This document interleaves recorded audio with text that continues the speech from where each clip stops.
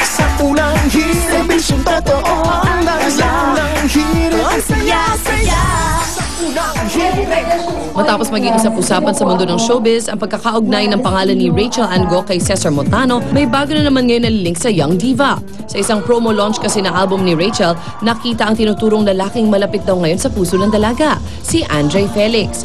Gano'n naman talaga, lahat na lang binibigyan ng kulay. Wala, hindi po siya naniligaw. Actually, sinagot niya yata yun eh.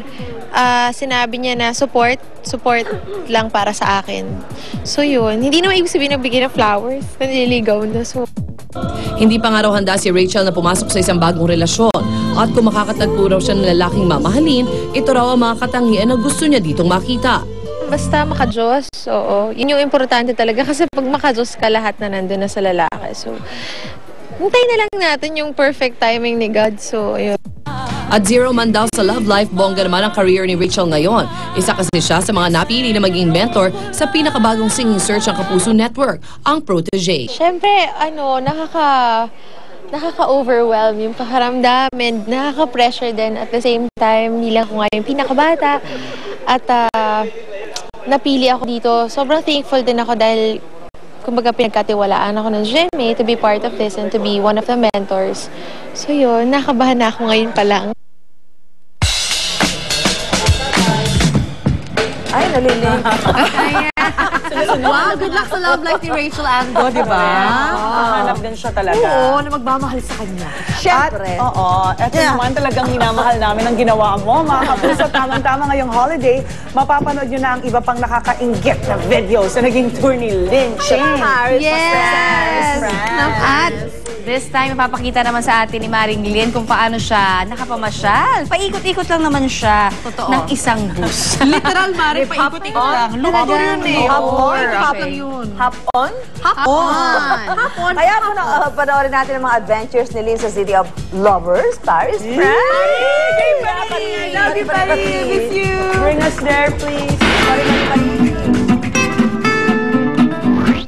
Maraming paraan para makaikot sa Paris, lalo na kung turista ka, pero isa sa advantageous kasi convenient siya at lahat ng mga major stops ay mapupuntahan ang hop-on, hop-off tour bus.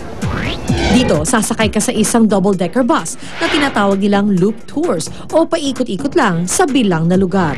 Sa halagang 26 euros o katumbas ng halos 1,650 pesos, pwede nang maikot ng mga turista ang ilan sa mga major sites ng Paris sa loob ng 2 araw. Siyamang stop ng The Rogue Bus, itong hop-on, hop-off na sinakyan natin. Actually, 2 ang klase dito sa Paris, pero ito yung pinili natin kasi ito yung pinaka-konti na stops. Pero major sites talaga. Tipid sa oras. Komportable na upuan, masarap pa ang simoy ng hangin. At di lang yon. Kasama sa ticket mo, itong map at itong earphone na ipa-plug mo lang dito sa kanan. Ito na ang iyong instant tour guide. Meron tong audio commentaries tungkol sa mga major sites, pati na rin sa mga dinadaanan ng bus na mapapakinggan in 8 languages. Ito ay in French, English, Spanish, German, Italian, Japanese, Russian at Chinese. Bida sa itinerary ng hop-on, hop-off tour ang ilan sa mga sikat na Paris landmark tulad ng Eiffel Tower, Arc de Triomphe, Champs-Élysées, Musée d'Orsay at ang Musée du Louvre.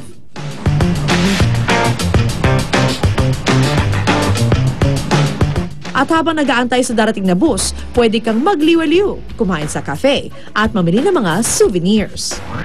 So kung nasa Paris ka na 1 o 2 araw lang para umikot, syempre you wanna see all the major sites na hindi masyado napapagod ang inyong mga paa in between sites, bakit hindi mo i-try mag-hop on?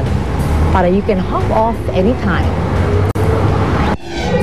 Nabitin ba kayo? More of my Paris trips dito lang sa Unang Hirit.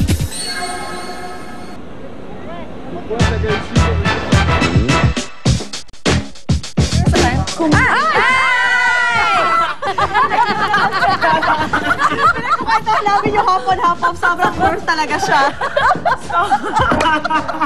Wala na. Buti hindi na nagkakamot ng tiyan. Nakamuti ko yung tiyan mo. Okay. Happy birthday to Charlene Guevara at kay Rosemary Ratabarin. Behind Paris. Diba? Surprise. Uy, happy holidays. Happy holidays. Happy holidays. Happy holidays. That's right. Happy birthday. Happy Lou Romero Labrador and Richard Pasquenya. Happy birthday. Okay, Alcacid, happy birthday. Happy birthday. Happy birthday. Okay, di magkita-kita na lang tayo. Ganun talaga, alam. Extra na pala. Masaya ka namin. Dito lang sa... Unang-unang ka sa unang hirit. Serbisyong totoo ang ganda. Unang hirit, ang saya-saya. Sa unang hirit, unang hirit, unang hirit. Mangungulat ka. Unang hirit, unang-una ka. Ang programang ito ay inihatid sa inyo ng Mercury Drug. Gising 24 oras sa mga piling lugar. Mercury Drug, tumutulong para sa kalusugan ng bayan. Sa Mercury Drug,